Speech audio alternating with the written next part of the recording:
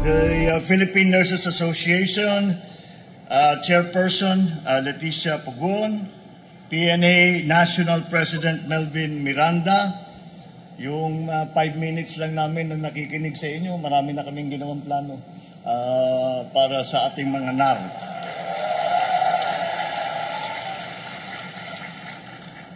Programs and Development Vice President Alfon Guillermo Didaga, officials and members of the PNA, other distinguished guests, ladies and gentlemen, and idadagdag ko, my heroes, ang ating mga NAR na hindi lamang tumulong sa mga naging pasyente ng COVID dito sa Pilipinas, kundi rin pinaganda nyo pa ang pangalan ng Pilipinas dahil sa serbisyo ninyo sa buong mundo.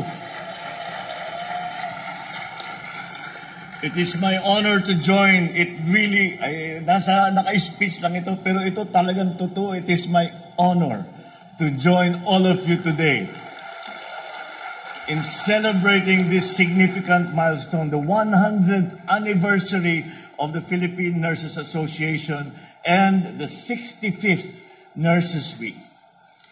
It is in the context, in the situation that we are in right now, this is especially meaningful, and it is a special occasion, not only for the nurses, but also for me. Because as you know, as was mentioned, my father, 50 years ago, joined you in celebrating this organization's golden anniversary. It is my pleasure then to stand before you today, as my father did 50 years ago, to celebrate this momentous occasion.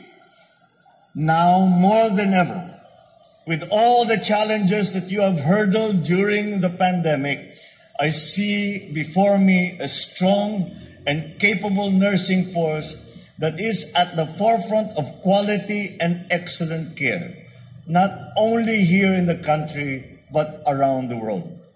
Indeed, I think I am correct when I say, no other country can boast of such a strong and capable nurses who are known not just for competence and dedication to this very noble calling of healthcare, but for their compassion and kindness. Diyan na iba talaga ang ating mga nurse. Marami namang magaling diyan, marami namang ngunit ang kahit yung mga foreigner, hinahanap nila, mas gusto nila na ang nag-aalaga sa kanila mga Pilipino na nurse. At hindi naman kataka-taka dahil kapag inalagaan ka ng Pilipino na nurse, gagaling ka talaga.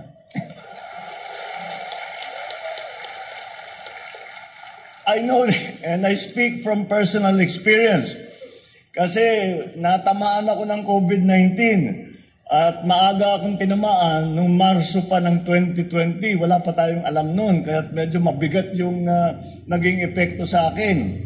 At siguro kung nagkamali yung treatment sa akin, baka delikado ako. But during my fight against COVID-19, I benefited from the able and healing hands of competent Filipino nurses. Because of you, and this I cannot stress more, because of you and the sacrifices that you made, knowing that there was a risk involved, but because of that sacrifice, because of that compassion, because of that professionalism, our nation has survived the most difficult moments of this pandemic. Let me take this opportunity, along with the rest of our kababayans, not only for me, but for all of those, yung mga pasyente na gumaling, yung mga pamilya na mga pasyente na nakitang gumaling ang kanilang mga kamag-anak, yung mga inalagaan ninyo, at kahit na ay alam natin, very risky pa noon. Hindi natin nga alam. Alpha pa noon eh. Hindi pa natin alam kung ano ba talaga ang mga dangers. Sige lang, ang mga nurse natin, sige lang. At kahit na yung mga ER nurse pumupunta sa COVID ward, kahit yung mga nasa pediatric pumupunta sa COVID ward, lahat kayo, everybody put in your sacrifices. And because of that, myself, as your president, and in the name of all our kababayans, I wish to thank you wholeheartedly, your sacrifices and your significant contributions to society. So we can ensure that our people will always lean on and benefit from your exceptional care. Your government will continue to pursue the programs that support the continuous development of Filipino nurses. Among these is the Nursing Certification Program, which strengthens and certifies our nurses' competencies in various specialty areas. We also have the Primary Care Worker Certification Program that provides eligibility requirements, standard competencies, training mechanisms, and certification processes that ensure competent and quality staffing for our healthcare system. It is also this government's position to support the leadership development courses for public health nurses, which aims to capacitate nurses to provide quality health services and become skilled leaders and managers. The government also offers the in-service postgraduate scholarship program to continually enhance our nurses' competencies through formal education. There is also the e-learning program, which provides access to free continuing professional development, accredited courses in many disciplines of study. Certainly, we will not stop with just providing programs that improve your capacity as nurses. We will continue to provide you with the benefits that you deserve as healthcare workers.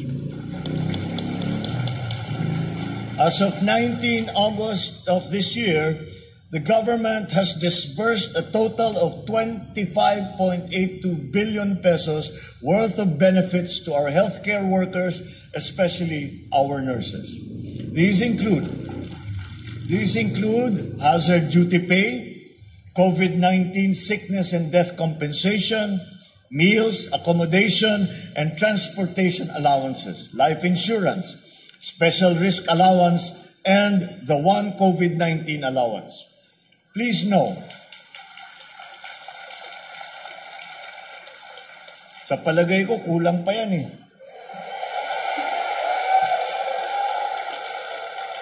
Medyo hirap tayo sa pondo ngayon. Kaya sa ngayon, ganyan lang muna. Pero palagay ko, binubuhay nyo yung may sakit eh.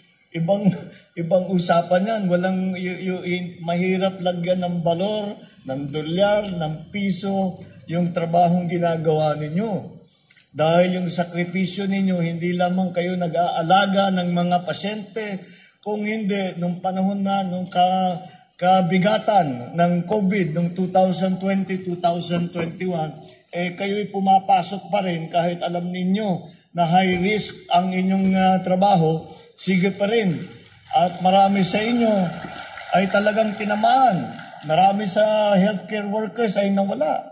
Dahil nga hindi na nga umuwi sa bahay para hindi madala yung sakit sa kanilang mga pamilya. Please know that we understand this, that we know what you have done. We know the value of your work. And this is something that we know not only because of our personal experiences, but because of the experiences of everybody around the world, na kahit yung mga prime minister, kahit yung mga presidente ng mga ibang bansa, ay pinupuri ang mga nurse na Pilipino na sinasabi silang nagbuhay sa amin kahit dito sa aming bansa, hindi lamang sa Pilipinas. So the government recognizes and acknowledges your hard work and sacrifice. including risking your own health and lives to care for others. As your president, you may rest assured that my office is always open for meaningful dialogue to address the issues concerning our nurses and allied healthcare professionals.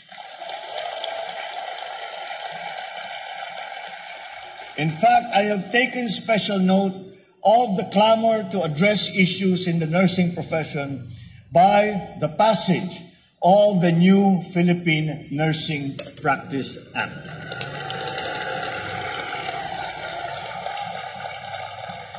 This executive department, together with Congress, will work with you to achieve these goals. As part of our goal to raise the profile and improve the working condition of nurses, we seek to address the disparity in salaries between nurses in government hospitals with those in the private sector.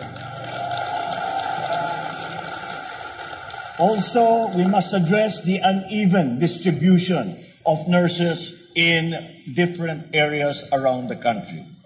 In order to do that, we have to address issues related to health facilities, benefits, and security of tenure. As we work hard to improve the state of our healthcare system at home, let us join hands to maintain our country's position as the gold standard when it comes to providing healthcare workers to hospitals and health facilities globally. We will open more slots for the deployment of nurses abroad while striving to improve opportunities domestically. With the PNA boasting a 40,000-strong membership, I believe that together we have the ability, we have the strength to improve our nurses' welfare and build on the Filipino distinction of excellence and competitiveness in the global health community. As we look to the future, with great hope and optimism, I call on you to join us in government and let us strive to build a stronger community of nurses, one that is not only inspired by the legacy of nurturing care that has been left us and that you have created, but is also forward-looking, dynamic, and ready to take on the challenges of the future and the challenges that the future will bring. Muli, sa ating dakilang mga nar ng bayan, maraming salamat.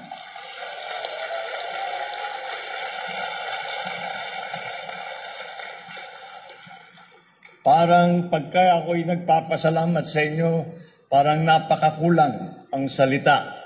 Kaya't maghahanap tayo ng maraming paraan para ipakita at iparamdam ang ipasalamat sa inyo. Mabuhay kayong lahat, mabuhay ang mga nurse ng Pilipinas, mabuhay ang PNA. Maraming salamat po at magandang umaga po sa inyo lahat.